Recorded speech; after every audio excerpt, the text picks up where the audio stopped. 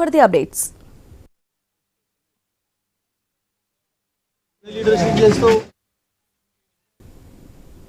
రైట్గా నిజామాబాద్ జిల్లా బోధన్ పట్టణంలో ఉగ్ర లింకులు కలకలం సృష్టించాయి.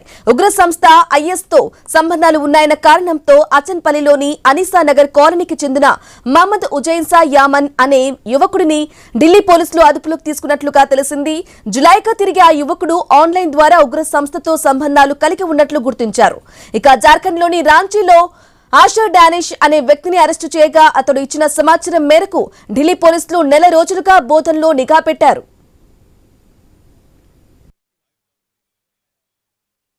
इधर के दूसरे नहीं होते पेपर में नहीं आते आपने आपको बोला घर के लिए स्टूडेंट है हाँ मालूम देखो वही मसला है ना, जो भी शक की निगाह में नहीं लिए करके छोड़ देते। तुम भी बाहर चुप बोले तो नको बैठो, हट जाता तुम्हारा हट जाता उसके असल तो हमारे गाँव में घर के लोगों बच्चे को जाने देने की बात है। हमारी इससे पहले भी कुछ पास्ट में था वो अरेस्ट का भी केस में वही केस में आ गए में इधर यहाँ तक हथियार बड़ा है नहीं छे हम है तो मिलेगा ना। इससे पहले पास में छुड़ा दिया ना।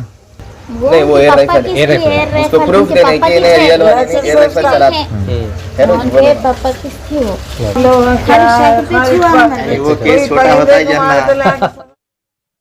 ఈ క్రమంలో యువకుడిని అదుపులోకి తీసుకుని బోధన్ కోర్టులో ప్రవేశపెట్టి ఢిల్లీకి తీసుకెళ్లినట్లుగా సమాచారం. ఇక అతని నుంచి ఉగ్ర సంస్థకు సంబంధించిన సమాచారాన్ని సేకరించడంతో పాటు ఒక ఎయిర్ పిస్టల్ ను స్వాధీనం చేసుకున్నట్లు ప్రచారం జరుగుతోంది. అయితే స్థానిక పోలీసులు ఢిల్లీ పోలీసులు ఈ విషయంలో ఎలాంటి ప్రకటన చేయలేదు. ఇక 23 సంవత్సరాల ఆ యువకుడు తల్లి వద్ద ఉంటున్నట్లు తెలుస్తోంది. ఇక తండ్రితో ప్రస్తుతం ఆ కుటుంబానికి సంబంధాలు లేనట్లు సమాచారం. भाई कुछ भी नहीं करा, मासूम है, उसका कुछ इन्वॉल्व नहीं है। उन्हें जो भी उन्हें बोल रहे कि दानिश है झारखंड का है, उससे एक ओमेगा बोल के वेबसाइट है, स्ट्रेंज वीडियो कॉल ऐप, जिसपे उन्हें नॉर्मली उससे कांटेक्ट हुआ। नॉर्मली उनकी वीडियो कॉल करने उसने as a friend male friend बातचीत हुई। उसके बाद उन्होंने कांटेक्ट शेयर करे, बस वो शक में उन्होंने उसको पकड़े। जो भी उन्होंने राइफल बोल रहे, जो भी उन्होंने केस है बोल रहे, जो भी उनको ढूंढना था सब ढूंढे, कुछ भी नहीं मिला। एज ए प्रूफ घर में जो चेकिंग थी चेकिंग भी कर लिए, हम भी उनके साथ अच्छे से कोऑपरेट करे, उन्होंने भी हमारे साथ अच्छे से कोऑपरेट करे। और शकी निगाह में उन्होंने ले लिया, मगर जो भी बोल रही कि उससे लिंक है, उसके साथ लिंक है, ये बनाने की बात हुई, टेररिस्ट की बात ये बोल रही, कुछ भी नहीं है, सब झूठे। बस शकी निगाह में है वो भी, और वो भी शक इसलिए कर रही कि उससे बात क्यों करे, बस उतना। इससे कुछ भी इन्वॉल्व नहीं है। जो भी डॉक्यूमेंट होना था, जो भी गन के डॉक्यूमेंट होना था, सब हमने दे दिए, दूसरा कुछ भी नहीं है। ओके तो हम भी इधर के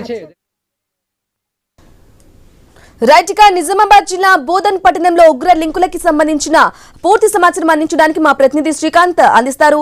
శ్రీకాంత్ చెప్పండి, నిజామాబాద్ జిల్లాలో 23 ఏళ్ల యువకుడి దగ్గర ఉగ్ర లింకులు బయటపడినట్టుగా తెలుస్తుంది. అలాగే ఎయిర్ పిస్టల్ ను కూడా అధికారులు స్వాధీనం చేసుకుని ఢిల్లీకి తరలించినట్టుగా తెలుస్తోంది. పూర్తి అప్డేట్స్ ఏంటి శ్రీకాంత్? నిజామాబాద్ జిల్లా బోధన్ లో ఉగ్ర లింకులు మరోసారి కలకలం రేపుతున్నాయి. గతంలో 2022లో ఇదే నెల సెప్టెంబర్ లో ఎన్ఐఏ అధికారులు సోదాలు చేశారు. అప్పుడు కూడా ఈ ఉగ్ర లింకులు ఇక్కడ కూడా బయటపడ్డాయి. మళ్ళా ఈ 3 ఏళ్ల తర్వాత మళ్ళీ సెప్టెంబర్ మాసంలోనే ఒక యువకుడిని బోధన్ పట్టణానికి చెందినటువంటి ఓ యువకుడిని అదుపులోకి తీసుకోవడం మళ్ళీ చర్చనీయాంశమైందని చెప్పవచ్చు. నిజామాబాద్ జిల్లాలో గతంలో కూడా ఇలాంటి దాడులు జరిగాయి. దీంతో ఇవాళ తాజాగా నిన్న జరిగినటువంటి ఈ ఘటనతో ఒక్కసారిగా బోధన్ ప్రజలు కావచ్చు, జిల్లా ప్రజలు ఉలిక్కి పడ్డారు. బోధన్ పట్టణంలోని అనీష్ నగర్ కు చెందినటువంటి ఉజైఫా యామన్ అనే 23 ఏళ్ల యువకుడు, ఇతను బోధన్ లో ఉంటున్నాడు. బి ఫార్మసీ 3వ సంవత్సరం చదువుతున్నాడు. జార్ఖండ్ రాష్ట్రం రాంచీలో ఇటీవల అరెస్ట్ చేసినటువంటి ఉగ్రవాది డానిష్ ఇచ్చినటువంటి సమాచారం మేరకు యామన్ ను ఢిల్లీ ప్రత్యేక పోలీసులు బోధన్ కు వచ్చి అతన్ని అదుపులోకి తీసుకున్నారు. అదుపులోకి తీసుకొని కోర్టుకి హాజరుపరిచారు. కోర్టు హాజరుపరిచినటువంటి అనంతరం అతన్ని ఢిల్లీకి తీసుకెళ్లినట్టుగా మనకు సమాచారం అందుతుంది.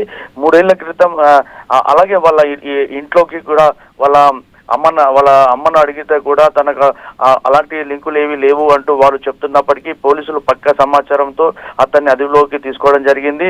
ఈ యామన్ వాళ్ళ తండ్రి కూడా గతంలో జింక వేటలో అరెస్ట్ అయ్యారు. అప్పటి నుంచి అతని జాడ కనిపించకుండా పోయింది. ఓవరాల్ గా నిజామాబాద్ జిల్లాలో కొన్ని ప్రాంతాల్లో ఈ ఉగ్ర లింకులకు సంబంధించినటువంటి పూర్తి ఆరా కూడా తీస్తున్నట్టుగా మనకు తెలుస్తుంది. 3 ఏళ్ల క్రితం 2022లో ఉగ్రవాదులకు శిక్షణ ఇస్తున్నటువంటి popular front of India PFI సంస్థను కనుక్కున్నారు. ఇక్కడ PFI కి సంబంధించినటువంటి ప్రధాన కార్యదర్శి ఎవరైతే ఉన్నారో అతను ఇక్కడే నిజామాబాద్ లోనే అదుపులోకి తీసుకున్నారు. అతను ఇక్కడ కొంతమంది యువకులకు శిక్షణ కూడా ఇస్తున్నారు. అది గుర్తించినటువంటి NIA అధికారులు ఇక్కడ లోకల్ పోలీసులు కలిసి వారిని అప్పట్లో అదుపులోకి తీసుకున్నారు. దాదాపు 28 ప్రాంతాల్లో అక్కడ సోదాలు నిర్వహించారు. నిజామాబాద్ జిల్లా కేంద్రంతో పాటు అర్సపల్లి, ఆటోనగర్, హౌసింగ్ బోర్డ్, మాలాపల్లి, గుండారం, పులాంగ్లతో పాటు బోధన్, నైపేట్, ఆర్మూర్, ఎడపల్లి మండలాల్లో వారు 2002లో సోదాలు నిర్వహించారు. ఆర్థిక లావాదేవీలు, కార్యకలాపాలు, శిక్షణ ఇలా వివిధ సంబంధాలపై NIA ఫోకస్ పెట్టింది. సో మళ్ళీ 3 ఏళ్ల తర్వాత ఇక్కడ ఉగ్ర లింకులు రావడం పైన అనేకమైనటువంటి అనుమానాలు కూడా వ్యక్తం అవుతున్నాయి. కేవలం 23 సంవత్సరాలు ఉన్నటువంటి ఉజైఫా యామన్ తో పాటు ఇంకా ఎవరైనా ఉన్నారా ఏంటి అనే దాంట్లో కూడా అనే కోణంలో కూడా విచారణ జరుగుతుంది. అసలు ఎవరికి సమాచారం ఇవ్వకుండా అటు ఢిల్లీ పోలీసులు కావచ్చు, NIA అధికారులు కావచ్చు, ఎలాంటి సమాచారం లేకుండానే ఇక్కడికి వచ్చి సోదాలు నిర్వహించారు. యామన్ను బోధన్ నుంచి అతని ఇంటి వద్ద నుంచి అరెస్టు చేసి ఢిల్లీకి తీసుకెళ్లారు. Brahmani. Okay right Srikanth, thank you for the updates.